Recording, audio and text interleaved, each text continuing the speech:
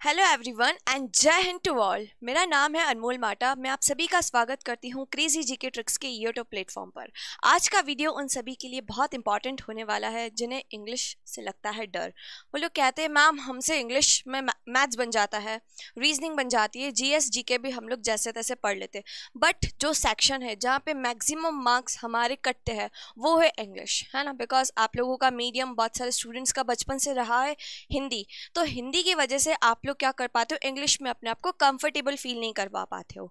इसलिए आज के इस वीडियो में मैं आपको बताने वाली हूँ कि आपको अपनी स्ट्रैटेजी कैसे रखनी चाहिए इंग्लिश की, सो दैट आप लोग एग्जाम में मैक्सिमम मार्क्स को स्कोर कर पाए। ठीक है, आज के इस वीडियो में मैं आपके साथ 3 चीज़ें डिस्कस करने वाली हूँ। फर्स्ट रहेगा आपका इंग्लिश का सिलेबस, किस तरीके से आपका इंग्लिश का सिलेबस डिज़ाइन रहता है। सेकंड, मैं आपको बताने वाली हूँ weightage, that means SSC exams की हम बात करें तो इंग्लिश का एग्जाम का पैटर्न कैसा रहता है, किस टाइप के क्वेश्चंस पूछे जाते हैं, सिलेबस क्या रहता है वो। एंड थर्ड चीज़, आपकी स्ट्रैटेजी पढ़ने की किस तरीके से होनी चाहिए। ठीक है, आखिरी में मैं आपको ये भी बताऊंगी कि किस किस चीज़ों का ध्यान देना चाहिए हमें ड्यूरिंग अवर प्रैक्टिस कि हम एग्जाम में मैक्सिमम मार्क्स को स्कोर करें। तो इस वीडियो को आप लोग आखिरी तक ज़रूर देखना और ज़्यादा से ज़्यादा अपने फ्रेंड्स के बीच में शेयर करना। मैं 1 बाय 1 चीज़ें आप लोगों के साथ डिस्कस करूंगी। ठीक है, so starting with our video. First of all मैं आपको बता दूं, अगर हम इंग्लिश कोर्स की बात करते हैं, इंग्लिश कोर्स बेसिकली 3 चीज़ों से मिलकर बना हुआ होता है। फर्स्ट होता है आपका ग्रामर, ठीक है। सेकंड आपका होता है section vocabulary, and third is reading comprehension. 1 by 1 हम चीज़ों को डिस्कस करते हैं क्या होता है ये। सबसे पहले अगर मैं बात करती हूँ ग्रामर की, इंग्लिश जो है एक लैंग्वेज है, जैसे कि हम दूसरी लैंग्वेज को स्टडी करते हैं वैसे ही इंग्लिश भी आपकी एक लैंग्वेज है। तो इसे हम इंग्लिश लैंग्वेज की तरह ही डिस्कस करते हैं कि किस तरीके से हमें इसे पढ़ना है। ग्रामर की अगर हम बात करते हैं तो इसे हम 2 पार्ट में डिवाइड कर सकते हैं। कैसे डिवाइड कर सकते हैं? एक तो आपका होता है फंक्शनल ग्रामर। क्या होता है डियर स्टूडेंट्स? एक होता है आपका फंक्शनल ग्रामर और दूसरा आप लोगों का होता है डिस्क्रिप्टिव ग्रामर।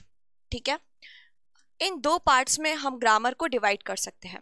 फंक्शनल ग्रामर की बात करें, नाम से ही समझ में आ रहा है, जो किसी चीज का क्या बताया हमें, फंक्शन बताए। फंक्शन दैट मीन्स उस वर्ड का पर्टिकुलर सेंटेंस में क्या काम है। ठीक है, फॉर एग्जाम्पल यहाँ मैं एक सेंटेंस लिखूं, यहाँ मैं एक सेंटेंस लिख रही हूँ सिंपल सा, राम इज अ स्टूडेंट। यहाँ मैंने लिखा राम इज ए स्टूडेंट। तो यहाँ पर अगर मैं पूछूं कि राम क्या है, तो आप कहेंगे मैडम राम तो किसी का नाम है। अब नाम है मतलब क्या? दैट मीन्स नाम किसी का भी होता है, वो पार्ट ऑफ स्पीच में कहलाया जाता है नाउन। क्या कहलाया जाता है? नाउन। तो वैसे ही फंक्शनल ग्रामर की बात करें तो इसके अंदर हमारा जो कंप्राइज होता है वो होता है पार्ट्स ऑफ स्पीच। क्या होता है? Parts of speech. फर्स्ट होता है आप लोगों का पार्ट्स ऑफ स्पीच। अब पार्ट्स ऑफ स्पीच की भी मैं बात करूं तो टोटल जैसे हमारी बॉडी है, बॉडी में अलग अलग पार्ट्स है, these are my eyes, nose, ears, है ना। वैसे ही आपके पार्ट ऑफ स्पीच क्या है, इंग्लिश ग्रामर के पार्ट्स है ना। जैसे इंग्लिश बात करूं मैं पार्ट ऑफ स्पीच की तो टोटल हमारे 8 होते हैं। कौन कौन से होते हैं? फर्स्ट होता है noun, second pronoun, third adjective, adverb, verb, preposition, conjunction and interjection. इन 8 चीजों को मिला के हमारा क्या बनता है? पार्ट ऑफ स्पीच बनता है। ठीक है, ये चीज आपकी फंक्शनल ग्रामर में कवर होती है। सेकंड जो चीज आपकी होती है वो होती है आर्टिकल्स। आर्टिकल्स आप सभी ने पढ़े होंगे अभी तक, है ना। 12th पास है आप सभी लोग, मैं ऐसा एक्सपेक्ट कर रही हूँ। तो आप लोगों ने आर्टिकल्स पढ़े होंगे। 2 टाइप के आर्टिकल्स होते हैं, डेफिनेट एंड इनडेफिनेट, है ना।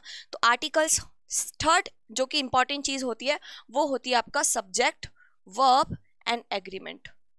सब्जेक्ट वर्ब एग्रीमेंट, ठीक है। सब्जेक्ट वर्ब एग्रीमेंट और कुछ भी नहीं है, पार्ट ऑफ स्पीच का ही कॉम्बिनेशन है। पार्ट ऑफ स्पीच के कुछ टॉपिक को उठा के एक नया टॉपिक बनाया गया है, सब्जेक्ट वर्ब एग्रीमेंट। इसे हम सबसे आखिरी में कंप्लीट करते हैं बिकॉज वो इन सब चीज़ों से मिलके ही बना हुआ होता है। ठीक है, आई होप आपको इतनी बात समझ में आ गई होगी। नेक्स्ट है जो कि आपका डिस्क्रिप्टिव ग्रामर। डिस्क्रिप्टिव ग्रामर की अगर मैं बात करूँ डियर, तो यहाँ पर देखिए सबसे पहले आपका आ जाता है टेंस। टेंस आप सभी ने पढ़ा है, 3 टाइप्स के होते हैं, प्रेजेंट, पास्ट एंड कॉन्टिन्यूअस। ठीक है, नेक्स्ट टेंस के बाद जो चीज़ एग्जाम में सबसे ज़्यादा पूछी जाती है वो होती है कंडीशनल सेंटेंसेस। कंडीशनल सेंटेंसेस आप सभी को पता है, दैट मीन्स जो दो सिचुएशन पे आधारित हो। दैट मीन्स अगर बारिश होगी तो मैं क्लास नहीं लूंगी, ठीक है, अगर बारिश होगी तो मैं खेलने नहीं जाऊंगी। तो ये सब चीज़ें क्या होती है, कंडीशनल वो चीज़ होती है। उसके बाद जो आपके एग्जाम में क्वेश्चन पूछे जाते हैं वो पूछे जाते हैं वॉइस से, वॉइस, एक्टिव वॉइस और पैसिव वॉइस। नेक्स्ट चीज़ है आप लोगों की narration, direct and indirect narration, ये भी आपका डिस्क्रिप्टिव ग्रामर में कवर होता है।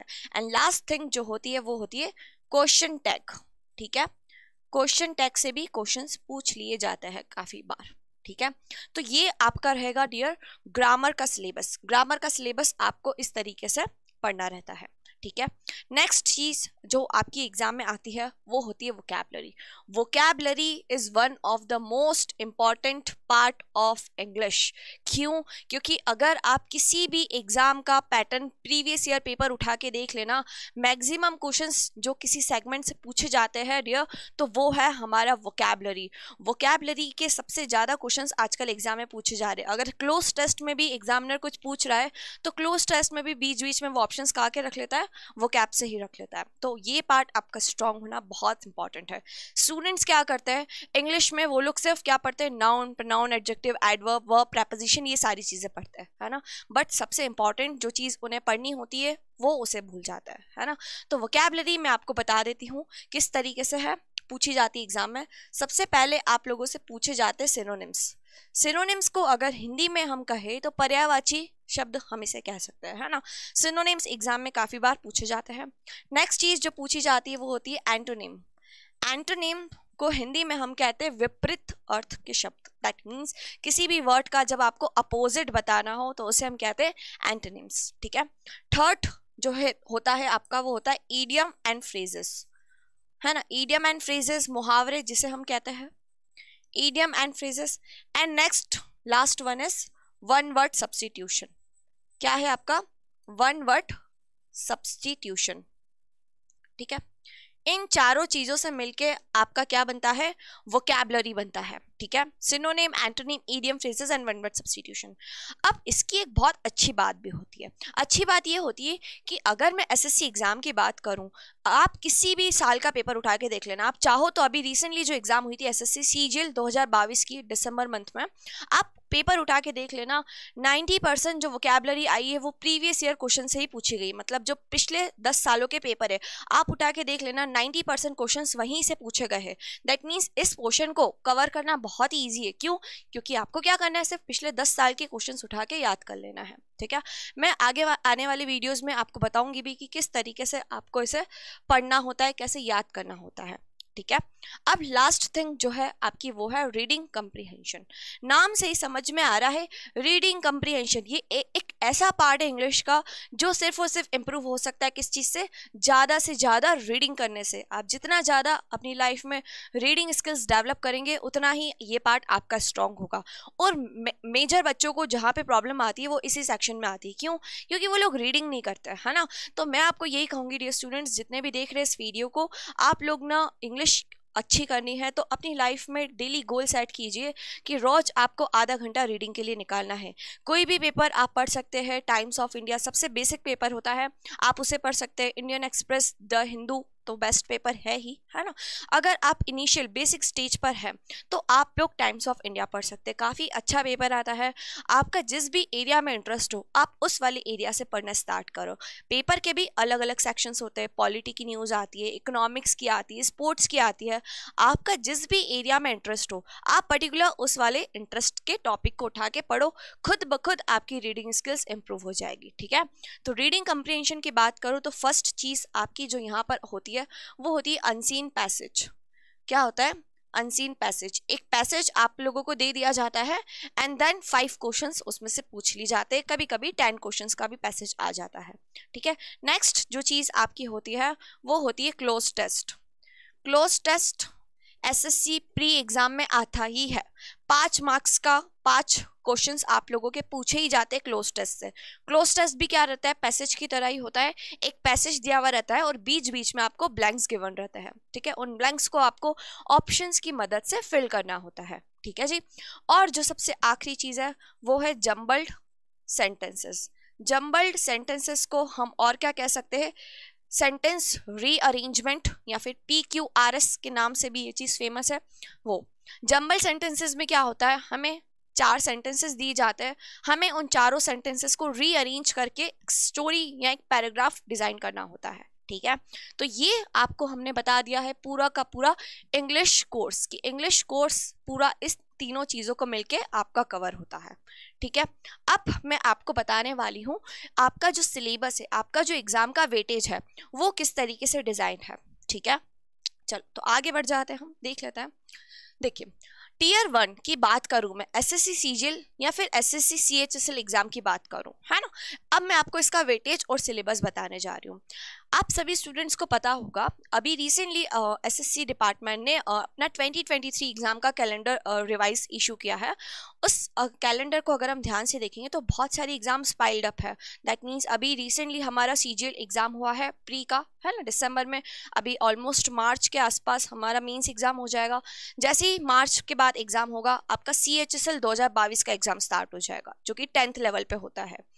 उसके बाद हमारा CGL 2023 का एग्जाम रहेगा जून एंड जुलाई में, और MTS का एग्जाम भी साथ में है। That means exam continue piled up है, और इस बार वैकेंसीज भी काफ़ी अच्छी है। दैट मीन्स पहली बार ऐसा होगा कि SSC डिपार्टमेंट की तरफ से इतनी ज़्यादा नंबर ऑफ वैकेंसीज रिलीज की गई है। तो इस बार आप बिल्कुल भी कोई कमी मत छोड़िएगा अपनी एग्जाम के प्रिपरेशंस में, और स्पेशली इंग्लिश की वजह से तो आपके मार्क्स डिडक्ट ना होए, ऐसी मैं चाहूँगी एक्सपेक्टेशंस आप लोगों से। ठीक है, तो हम लोग देख लेते हैं कि आप लोगों का वेटेज क्या रहता है। सबसे पहले मैं आपको बता दूं, टीयर 1 एग्जाम जो होती है आपकी, CGL CHSL MTS कोई भी एग्जाम की बात कर लो, इन तीनों एग्जाम में आपके 100 नंबर ऑफ क्वेश्चंस आते हैं। ठीक है, 4 सेक्शंस आप लोगों के रहते हैं। 4 सेक्शन में से फर्स्ट सेक्शन जो आपका रहता है मैथ्स होता है, reasoning, GS and then English. सभी सेक्शन के 25 क्वेश्चंस पूछे जाते हैं। ठीक है, तो यहाँ पर मैं आप लोगों के साथ इंग्लिश सेक्शन के क्वेश्चन डिस्कस कर रही हूँ। टोटल आप लोगों के जो क्वेश्चंस रहते हैं वो रहते हैं 25। अब इन 25 को किस तरीके से बाइफर्केट किया गया है वो वन बाय वन हम देखते हैं। फर्स्ट जो आपका सेक्शन रहता है वो होता है error detection, that means spotting of errors. आप लोगों को एक सेंटेंस दे दिया जाएगा, ठीक है, उसके पार्ट्स कर देंगे ABCD, 4 पार्ट्स बना लेंगे, और उन चारों पार्ट में से आपको आइडेंटिफाई करना है कि कौन से पार्ट में आपका ग्रामेटिकल एरर है। ठीक है, इसके अगर क्वेश्चंस की बात करूं तो 2 से 3 क्वेश्चन एग्जाम में पूछे जाते हैं। ठीक है, नेक्स्ट है आप लोगों का सेंटेंस इंप्रूवमेंट। इसमें क्या होता है, आप लोगों को एक लाइन दे दी जाएगी, एक सेंटेंस दे दिया जाएगा, उस सेंटेंस के किसी भी पार्ट में अंडरलाइन कर देंगे। ठीक है, मान लीजिए 4 वर्ड्स है, उन 4 वर्ड्स के नीचे अंडरलाइन है। अब उस अंडरलाइन वाले वर्ड को आपको क्या करना है, चेक करना है कि ग्रामेटिकली करेक्ट है कि नहीं। अगर इनकरेक्ट है तो आपके पास 4 ऑप्शंस गिवन रहेंगे, उन चारों ऑप्शंस में से आपको जो ग्रामेटिकली सही लग रहा है उस ऑप्शन पे क्या करना है, टिक करना है। इसके भी 1 से 2 क्वेश्चंस एग्जाम में पूछे जाते हैं। ठीक है, नेक्स्ट है आप लोगों का fill in the blanks. Fill in the blanks ऐसा रहता है कि कभी कभी वो आपसे वोकैबुलरी बेस्ड पूछ लेता है, कभी कभी ग्रामर बेस्ड पूछ लेता है। मान लो उसने ब्लैंक दे दिया कहीं पे, उस ब्लैंक में आपको क्या करना है, वोकैबुलरी से रिलेटेड वर्ड फिल करना है, या तो फिर टेंस या फिर कोई भी पार्ट ऑफ स्पीच का आपको दे दिया जाएगा टॉपिक, वहां से क्वेश्चन पूछ लिया जाता है फिल इन द ब्लैंक्स का। ठीक है जी, नेक्स्ट है सेंटेंस रीअरेंजमेंट, जो अभी हमने आपको बताया, जंबल सेंटेंसेस PQRS। 2 से 3 क्वेश्चन आपके इसके होते हैं। Next reading comprehension. Pre exam अगर टीयर 1 एग्जाम की बात करूँ तो 99% क्लोज टेस्ट ही पूछा जाता है। ठीक है, पहले पूछा जाता था 17 के पहले पैसेज पूछ लिया जाता था, लेकिन अब जो है वो क्लोज टेस्ट ही पूछा जाता है। तो 5 क्वेश्चंस इसके रहते हैं। नेक्स्ट है आपका वॉइस, एक्टिव वॉइस और पैसिव वॉइस, 2 क्वेश्चन इसके होते हैं। नरेशन का 1 क्वेश्चन रहता है। ठीक है, सिनोनिम अभी 1 से 2 आ रहे हैं, एंटोनिम इस बार बढ़ा दिया। अगर आप लोग अभी दिसंबर एग्जाम का पैटर्न देखोगे तो उसमें आप लोगों को एंटोनिम्स ज़्यादा दिखेंगे, है ना, तो एंटोनिम्स एग्जामिनर ज़्यादा पूछ रहा है इस बार। नेक्स्ट है ईडियम फ्रेजेस। ईडियम फ्रेजेस भी 1 से 2 पूछे जाते हैं। 1 वर्ड सब्स्टिट्यूशन। मिस स्पेल्ट क्या होता है, आप लोगों को एक स्पेलिंग दे दी जाएगी गलत, और आपके पास 4 ऑप्शंस रहेंगे, आपको क्या करना है, उस स्पेलिंग को सही, जो भी स्पेलिंग सही हो उसको टिक करके आगे बढ़ना है। तो 2 क्वेश्चन इसके पूछे जाते हैं। दैट मीन्स अगर मैं बात करूं तो ये वाला सेगमेंट जो है आपका, ये है पूरा आपका वोकैबुलरी बेस्ड। ठीक है जी, और अगर यहाँ से यहाँ तक की मैं बात करूं, ये आपका पूरा होता है ग्रामर बेस्ड। ठीक है, ये आपका ग्रामर बेस्ड है। ठीक है। रीडिंग कंप्रिहेंशन ये आपका इसके अंदर आ जाता है, रीडिंग कंप्रिहेंशन पार्ट के अंदर, और ये वाली नरेशन और एक्टिव वॉइस ये दोनों भी क्या है आपका ग्रामर पार्ट के अंदर ही कंप्लीट होती है। ठीक है, तो आई होप आप लोगों को वेटेज समझ में आ गया होगा कि अगर 25 क्वेश्चंस एग्जाम में आते हैं तो किस किस सेगमेंट से पूछे जाते हैं, वो चीज़ आप लोगों को क्लियर हो गई होगी। ठीक है जी, अब आगे आपको मैं क्या बताने वाली हूँ। अब मैं आपको बताने वाली हूँ कि ये वीडियो आप लोगों के लिए क्यों लाया गया है। इस वीडियो में आपको इन्फॉर्मेशन देनी थी कि अभी आप लोगों के लिए क्रेजी जीके ट्रिक्स के लिए क्रेजी जीके ट्रिक्स के प्लेटफॉर्म पर एक बहुत बड़ा इनिशिएटिव स्टार्ट किया जा रहा है, जिसमें आप लोगों का हम इंग्लिश का कोर्स पूरा आपको कंप्लीट कराएंगे। अब आपको सिलेबस कंप्लीट करवाना है। सी हम लोग क्या करते हैं, काफ़ी सारे स्टूडेंट्स नाउन प्रोनाउन एडजेक्टिव इन सबको पढ़ लेते हैं, अब इसकी वो लोग प्रैक्टिस नहीं कर पाते। Due to lack of practice वो लोग एग्ज़ाम में अच्छा परफॉर्म नहीं कर पाते हैं। तो हम क्या करने वाले हैं, हम आप लोगों को पूरा सिलेबस कंप्लीट कराएंगे, लेकिन वो कैसे कराएंगे, टॉपिक वाइज ना करवाकर हमने जो अभी आपको बताया है पेपर पैटर्न, उसी पैटर्न के अकॉर्डिंग कंप्लीट कराएंगे। जैसे अगर मैं बात करूं एरर, स्पॉटिंग ऑफ एरर्स, अब एरर्स के जो क्वेश्चन बनते हैं वो कहाँ से बनते हैं, नाउन से, प्रोनाउन से, सब्जेक्ट वर्ब एग्रीमेंट वर्ब, इन सब चीज़ों से ही मिलके बनते हैं। तो हम क्या करेंगे, आपको टॉपिक वाइज पढ़ाएंगे कि पहले हम आपका एरर डिटेक्शन के सारा क्वेश्चंस करवा देंगे, फिर उसके बाद हम सेंटेंस इंप्रूवमेंट देखेंगे, किस तरीके से क्वेश्चंस पूछे जाते हैं, किस तरीके से आपको उसे अटेम्प्ट करना चाहिए, अप्रोच क्या होनी चाहिए आपकी, वो सारी चीज़ें हम आपको बताएंगे। And then one by one हम सारी चीज़ें कंप्लीट करते जाएंगे। ठीक है, तो ये आपका रहेगा पैटर्न कि आप लोगों को हम अपना कोर्स कैसे कंप्लीट कराने वाले हैं। ठीक है, आई होप आप लोगों को इतनी बात समझ में आ गई होगी। ठीक है, अब नेक्स्ट थिंग जो है वो है how to maximise your score in English. मान लीजिए आप लोगों ने पढ़ लिया, प्रैक्टिस भी कर ली, सब कुछ कर लिया, लेकिन स्टिल बहुत सारे स्टूडेंट्स कहेंगे कि मैडम हमारे मार्क्स अच्छे नहीं आ रहे, हम लोग काफ़ी पढ़ लेते हैं इंग्लिश लेकिन उसके बावजूद भी हमारे मार्क्स कट जाते हैं। तो मैं आपको बता दूं कि इंग्लिश को इम्प्रूव करने की 3 चीज़ें हैं, और वो क्या है आपको पता है, वो 3 है प्रैक्टिस, प्रैक्टिस एंड प्रैक्टिस। जितनी ज़्यादा आप प्रैक्टिस करोगे, मॉक टेस्ट लगाओगे, उतनी ज़्यादा आपकी इंग्लिश इंप्रूव होगी। ये चीज़ मैं आपको गारंटी के साथ कह सकती हूँ। ठीक है जी, स्टूडेंट्स क्या करते हैं, सिर्फ पढ़ते हैं बुक से, पढ़ने का नहीं है, हमें क्या करना है, उस नॉलेज को इम्प्लीमेंट करना है, हमें देखना है कि हमसे क्वेश्चंस बन रहे कि नहीं बन रहे हैं। ठीक है, आपको क्या करना है, जैसे कि एसएससी एग्ज़ाम की बात करूँ, एसएससी में बहुत सारी एग्जाम्स होती है, सीजीएल होता है, CHSL, MTS, CPO, stenographer, selection face, मतलब दैट मीन्स 6 टाइप्स की एग्जाम्स तो एसएससी लेता ही है। तो आपको क्या करना है, इनके प्रीवियस ईयर क्वेश्चंस को देखना है कि एग्जामिनर क्वेश्चन कहाँ से पूछ रहा है। ठीक है, और अगर आप लोग क्वेश्चन अटेम्प्ट कर रहे हो तो आपको ये देखना है कि आपके कौन से सेगमेंट से मार्क्स डिडक्ट हो रहे हैं। अगर आपके वोकैबुलरी से मार्क्स डिडक्ट हो रहे हैं तो आपको क्या करना है, डेली सुबह उठ के 1 घंटा वोकैबुलरी लर्न करना ही है एट एनी हाउ। ठीक है, उसके बाद क्या कर सकते हो, आप देखो अगर आपका ग्रामर में इशू हो रहा है तो आप ग्रामर के लिए स्पेशल टाइम रखो, उसमें ग्रामर पढ़ो। रीडिंग कंप्रीहेंशन में आपके मार्क्स डिडक्ट हो रहे हैं तो आपको क्या करना है, कैसे भी करके दिन में आधा घंटा रीडिंग स्किल्स के लिए डेवलप करना है। ठीक है, अगर मैं आपको बता दूं वोकैबुलरी के लिए 2 बुक्स बहुत अच्छी जो मैं आप सभी को स्टूडेंट्स को रेफर करती हूँ, वो होती है एसपी बख्शी और एमबी पब्लिकेशन। ये दोनों बुक्स में बहुत ही बढ़िया तरीके से वोकैबुलरी दी गई है। एक ब्लैक बुक भी आती है। ठीक है, मैं यहाँ पे तीनों बुक्स के नाम लिख लेती हूँ। ठीक है, फर्स्ट आप लोगों की जो बुक है वो है एसपी बख्शी। ठीक है, एसपी बख्शी। एक आती है ब्लैक बुक और एक होता है एमबी पब्लिकेशन। ये तीनों बुक्स ही आपकी वोकैबुलरी के लिए क्या है, मस्ट बुक्स है। ठीक है, आपको तीनों बुक को नहीं पढ़ना है, आपको कोई भी एक बुक उठाना है। मान लीजिए आपने एसपी बख्शी बुक उठाई, एसपी बख्शी बुक में क्या है, सिनोनिम्स दिए हुए अलग से, फिर एंटोनिम्स है, वन वर्ड सब्स्टिट्यूशन है, इडियम फ्रेजेस है।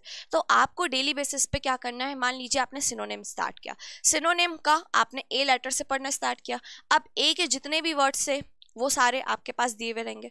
आपको क्या करना है, जब भी आप मॉर्निंग में उठते हैं सबसे पहले स्टार्टिंग का जो 1 घंटा होता है, मैं कहती हूँ स्टार्टिंग का 1 घंटा वोकैबुलरी को दे दीजिए और देखना आपका 2 महीने के अंदर अंदर वोकैबुलरी कैसे स्ट्रॉन्ग नहीं हो रहा है। ठीक है। आपको एक हफ्ते के अंदर ही रिजल्ट्स दिख जाएंगे, ठीक है, लेकिन अगर आपको पूरा कंप्रीहेंसिव क्लियर कंप्लीट करना है तो कम से कम आपको 2 महीने तो रोज देने पड़ेंगे। और रोज दैट मीन्स रोज, कंसिस्टेंसी इज मोर इंपॉर्टेंट, ठीक है। स्टूडेंट्स क्या करते हैं, वो लोग स्टार्टिंग के 2-3 दिन तो जोश जोश में बहुत अच्छी पढ़ाई कर लेते हैं, लेकिन धीरे धीरे क्या होता है, कभी उनके दोस्त ने बुला लिया, किसी की शादी ब्याह हो गया तो वो लोग वहाँ चले जाते हैं ना। तो आपको क्या करना है, ड्यूरिंग योर प्रिपरेशन फेज बहुत ही ज़्यादा कंसिस्टेंट रहना है, एक भी दिन पढ़ाई का मिस नहीं करना है। मान लो आपको कहीं जाना भी पड़ रहा है शादी वगैरह में, तो आप अपनी पढ़ाई मत छोड़िए, ठीक है। कैसे भी करके दिन का 2 घंटे तो निकालिए, उसमें आपको पढ़ाई करना है, ठीक है। अगर आप लोग एक दिन भी अपने आप को पढ़ाई से दूर रखते हो तो याद रखना, कंपटीशन में लाखों लोग हैं, वो आपसे आगे निकल जाएंगे। और आप सभी को पता है इस बार वैकेंसीज ज़्यादा है, तो इसी के साथ साथ कॉम्पिटिशन भी बहुत ज़्यादा होने वाला है, ठीक है। तो आप लोग प्रिपेयर रहिए बिल्कुल कॉम्पिटिशन अच्छा खासा फेस करने के लिए। बट इस कंपटीशन को क्रैक करने का अच्छा तरीका ये भी है कि आपको क्या करना है, कंसिस्टेंसी डेवलप करनी है अपने अंदर, ठीक है। अगर आप कंसिस्टेंसी रखोगे तो कोई भी चीज़ आपको आगे बढ़ने से रोक नहीं सकती, ठीक है। तो आपको क्या करना है, मान लो आज आपने ए लेटर से पढ़ना स्टार्ट किया है, ए लेटर के जितने भी वर्ड्स से आपने पढ़ लिए, अब नेक्स्ट डे जब आप आगे बढ़ोगे तो आपको क्या करना है, उसका रिवीजन करना है, ठीक है।